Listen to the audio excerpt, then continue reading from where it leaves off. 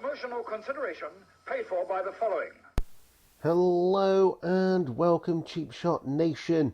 It's that time again for some more retro reviews. We're going through 2001, 20 years on in 2021. We've reached the head of 2001. We are at Survivor Series, which took place on the 18th of November 2001, coming to the end of the year. Coming off the back of Rebellion and No Mercy in Greensboro Coliseum in North Carolina in front of 10,142 WWE fans, and it was the 15th annual Survivor Series in the timeline. So this is, like I say, the format is going to be me talking about the matches, standard sort of review type stuff. If you've not seen one before, buckle yourself in, make sure you subscribe, like the video, share it with your friends, join us on social media, Instagram, Twitter and Facebook, and don't forget to go and join the Squared Circle Jobbers, good friends of the show, and the Big Boss Book Club, where podcasts are available. And without further ado, join me for the main part of the video.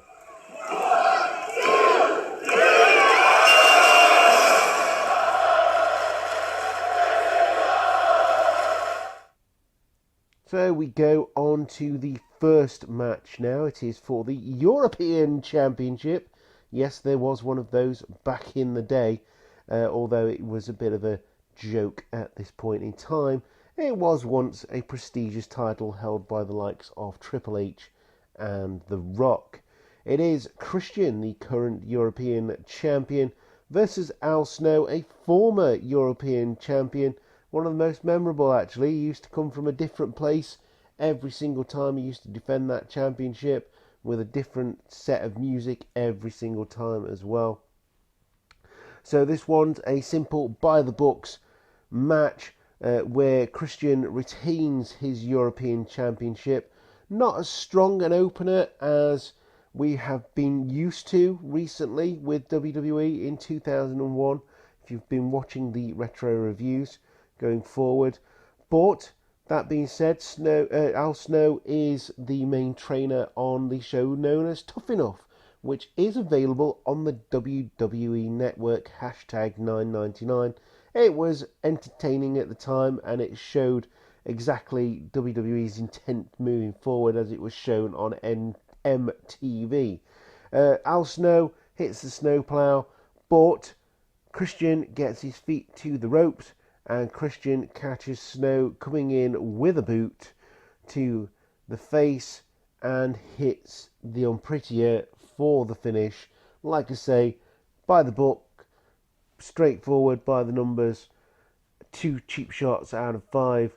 Again, can't really go wrong with these two. And for what it's worth, Al Snow is still a very good performer, even though he was the main trainer on Tough Enough. Going on now, it is the Alliance who are having a conference, and who is the leader? Who is the leader of the Alliance? There's some dissension here. Everyone thinks that Austin is going to turn based on Vince McMahon saying that he's going to turn. If they'd watched WWE previously, they know that Vince McMahon is a big liar. But there you go. That is what is happening. Maggle Cole now doing what Maggle does. Comes down, interviews Vince McMahon and Linda McMahon. Vince says that shit happens. Excuse my French. And Maggle does what Maggle does. And Vince says that this is his empire and it's not crumbling today. No way, no siree. Rematch time now. It is William Regal versus Tajiri.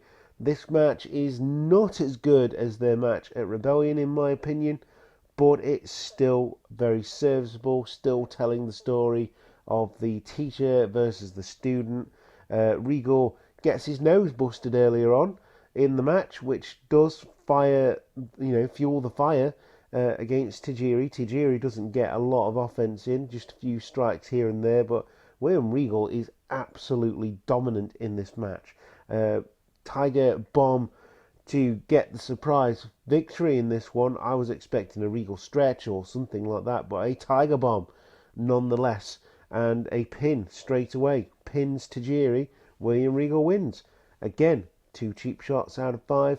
It serves to move the storyline on. Who is going to have a job at the end of the night? Will it be the WCW lads and ladies, or will it be the WWF lads and ladies? And William Regal seeks to make sure that his line of work is safe. Tori comes down to the ring after the match to help Tajiri. Of course, Tori is the girlfriend of Tajiri in kayfabe at this point in time. And William Regal, showing how badass he is, goes back down to the ring and gives Tori a Tiger Driver for her trouble as well. On to the first unification match now of the night. It is the US Champion versus the Intercontinental Champion. It is Test versus Edge. And this match is going to get the Big Boss seal of approval. It is a really good match, and it makes me realise how good Test actually was and how much he was left by the wayside with his storyline with Triple H and Stephanie. It's a damn shame, and he was taken way too young. I think I said this in the Rebellion review. Really, really good. And unfortunately, he comes up short here. Obviously, whoever gets the titles has immunity as a champion. And Edge gets the win here. Full Nelson Slam from Test is countered, and Edge hits the roll up, the most devastating move in sports entertainment today, and wins. Does hit the spear and other moves as well, obviously, but these two have a lot of chemistry, and as Edge predicted, Test is saying, "What's that all about?" 4 cheap shots out of 5, and a Big Boss seal of approval for this one. If it wasn't for the really, really strong main event, again, this one would have got the show stealer moniker as well. Stephanie is now frightened as to what will happen with Test losing. Frightened that she's going to become a regular person rather than the billion-dollar princess. Stephanie McMahon at this point in time, not only is she a gorgeous lady, she is also very funny as well. Take the piss out of herself. Really fun segment here with Kurt Angle and Stephanie. Moving on to another great match now. Steel cage match. WWF and WCW Tag Team Championship unification match. It is the Dudley Boys versus the Hardy Boys. And basically here you can escape the cage. But ideally, being a tag team match and tagging in and out, because at any one point only 2 people are in the ring at any one time, so it's not tornado rules, which is very strange. But there you go. It does break down, and Stacy Keibler does what Stacy Keibler does. The Duchess of Dudleyville does what she does, gets the key from Nick Patrick, opens the door, and feeds the Dudley Boys a table after Bubba says, "Get the table." Why not? Because Bubba Ray is awesome. Anyway, she does that, opens the door, gets the table. That is set up inside the ring. The Hardy Boys battle back. Matt Hardy manages to escape the cage, and Jeff Hardy's not far behind, having beaten up the Dudley Boys at this point. But with Jeff Hardy being the adrenaline junkie, he gets to the top of the cage, sees Devon on the table, and doesn't escape. He goes for the Swanton Bomb, misses completely, crash and burn through the table. Dudley Boys get the victory. Bubba Ray with the pin. Again, can't resist the high spots here, and it does lead into a further storyline going forward. Really, really good match. Really well-rounded match between these two. Some questionable decisions by Jeff Hardy, 3.5 cheap shots out of 5. Again, like I say, those questionable decisions leading to the finish. And there you go. Dudley Boys unify the WWF and WCW Tag Team Championships. They are immune to whatever happens going forward.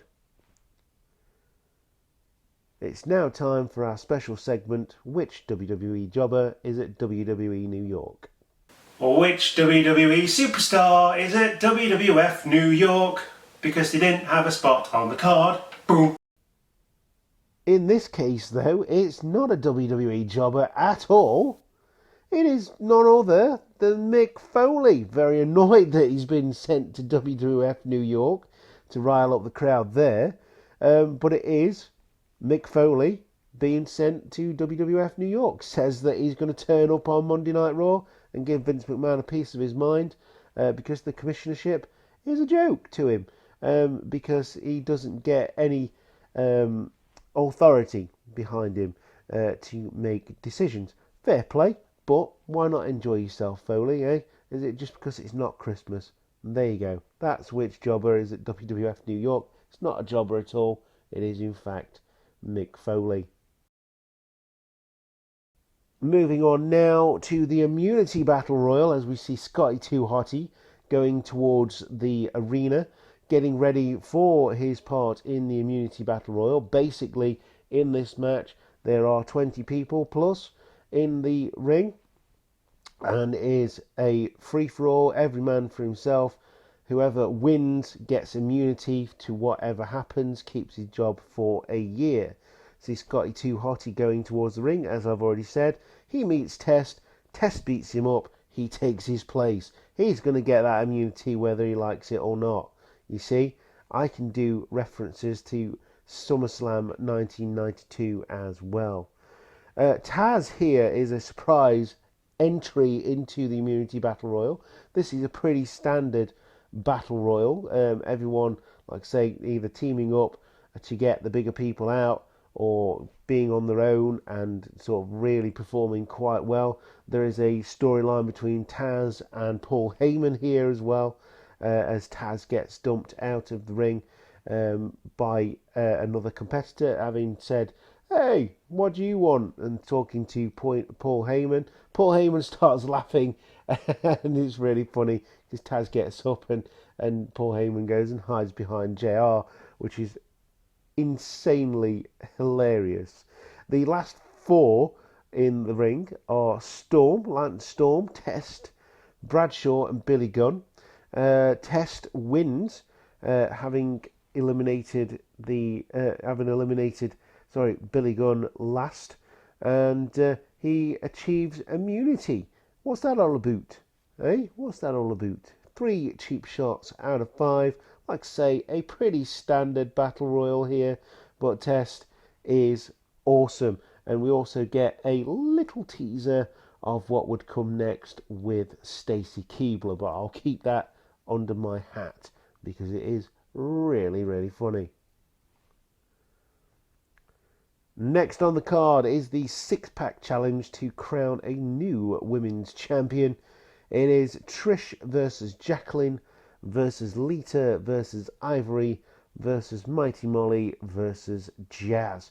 3 from the WWF, 3 from the Alliance, and it is basically a free-for-all. First pin wins, with only 2 of the ladies allowed in the ring at any one time, and the rest can be tagged in at any point, which I never really understood about a 6-pack challenge, because surely you'd want to be in the ring all the time to make sure you could get the pin.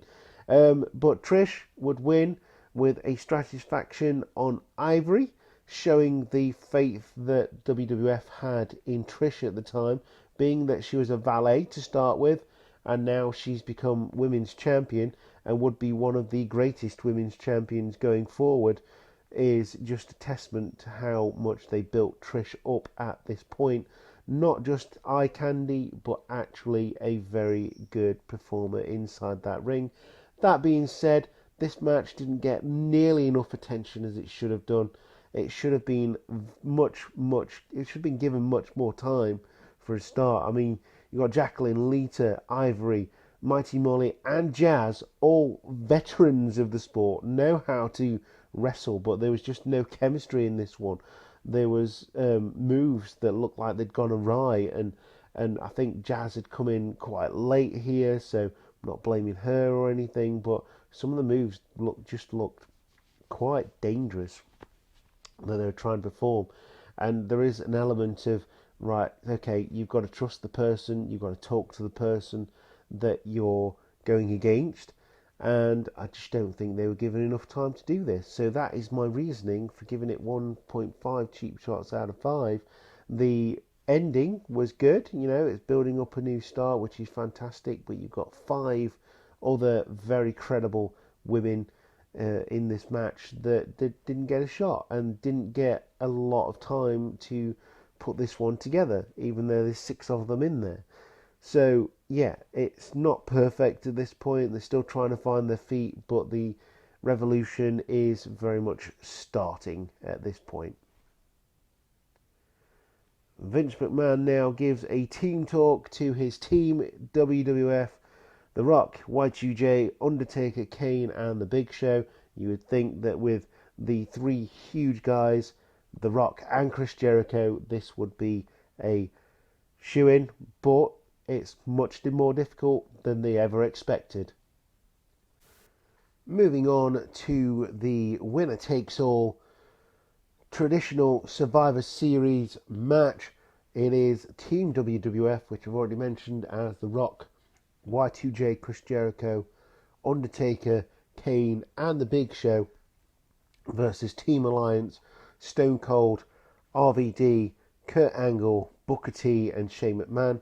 And if you want to hear my full thoughts on this match, please do go to the Big Boss Book Club. Check out the Alliance and the Invasion Angle podcast that he's put on his Big Boss Book Club podcast channel.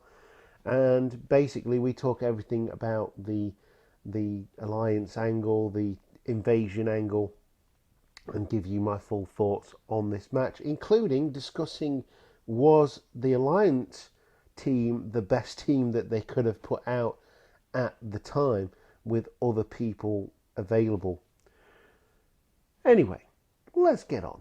So, this is a traditional Survivor Series match. There's only one of them on this card, but it is a very good match with lots of star power and big complications and implications to whoever wins and whoever loses. So, the first 4 comes with an angle slam, an axe kick, a spinneroonie, and an elbow on the Big Show, sending him packing, and he's the first one out, which makes me laugh so hard because he's the biggest guy in here. If anyone was going to take out everybody, it was going to be Big Show. Not in this one, pal. Big Show goes out first. The Alliance is up 5-4. And of course, it was the spinneroonie that would have finished the Big Show off. All the other moves were just secondary. Shane goes out next, and the WWF team get back to 4-4. They match the Alliance team members in number. After a brawl, frog splash hit by RVD, and he pins Kane after a flying kick from the top. The match is really getting out of control now. Alliance up 4-3. Undertaker is eliminated next, so that's all 3 big guys out of the match in series of events here. After the stunner by Stone Cold Steve Austin, the Alliance is now up 4-2, and it's looking really bad for Team WWF. The Rock and Chris Jericho being the last 2 left in, and they have a bit of a history at the moment, having a bit of a feud outside of the championship. The Rock rolls up Booker T next, and it becomes 3-2. The WWF coming back. Knees on the split leg moonsault, which is knees up rather, and a skull crushing finale from Jericho to RVD gets the match back to 2-2. And we're now on the last two for each team. It's Angle and Austin versus Rock and Chris Jericho. Angle goes out next, making it 2-1 to the WWF. Austin counters the roll-up and pins Jericho. He is not very happy, attacks The Rock for his troubles. Not quite sure why this happens, but obviously it's because they're having a bit of a feud at the moment. And because of this, Austin gets a near fall. But The Rock manages to kick out. A bit of turmoil here, a bit of mild peril, as they would call it on the back of a DVD or a Blu-ray, whichever one that you're looking at. The Rock hits a Stone Cold Stunner, which gets a near fall. Stone Cold hits the rock bottom. Again, another near fall. Stunner by Stone Cold Steve Austin. The Rock tries to do his standard signature flip over, but couldn't quite get the job done in this one.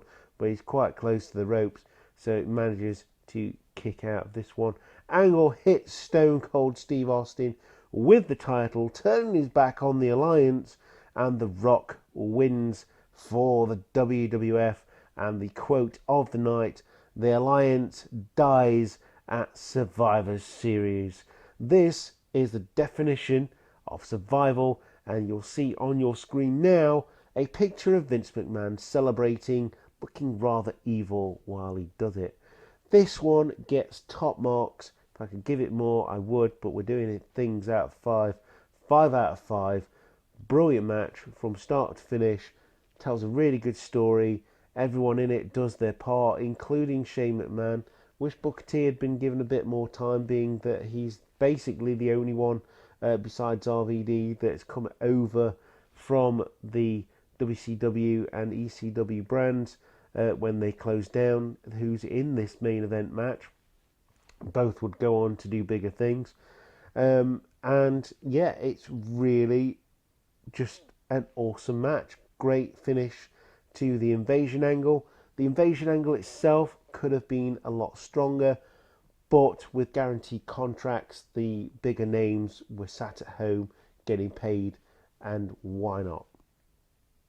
And so that is the end of this Survivor Series retro review from 2001 on the 18th of November 2021, 20 years after the show happened in Greensboro, Carolina. Well, what do I think of this pay-per-view? It is possibly one of my favourite Survivor Series shows. It is absolutely brilliant. Survivor Series will go on to better things as we went forward, certainly for the next sort of 5-6 years.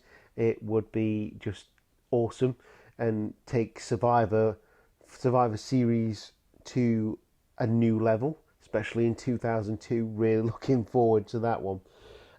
But yeah, really, from start to finish, there wasn't really a weak match on the card. I hate to say it, but the women's match, probably the weakest, simply because they didn't have enough time, and it felt like they didn't have enough time. And then they should have been given time. And that's the big thing. You've got to give people time to put on the show that you want them to do. But with the winner-takes-all Survivor Series match, obviously they wanted to give that a bit more time, which I can see. Anyway, really good pay-per-view. I'd suggest you go and watch it if you've not seen it before. Perhaps you're a young'un and you've come in to watch WWE really, really late, or watching AEW and seeing, maybe you want to see what WWE used to be all about. This is a good year to go back to see what was happening 20 years ago in the WWE. Anyway, I have been your host, Luke. This has been another retro review. You are the Cheap Shot Nation. Make sure you go over to the social media channels on Instagram, Twitter and Facebook, and make sure you join us there, as well as clicking subscribe and liking the video.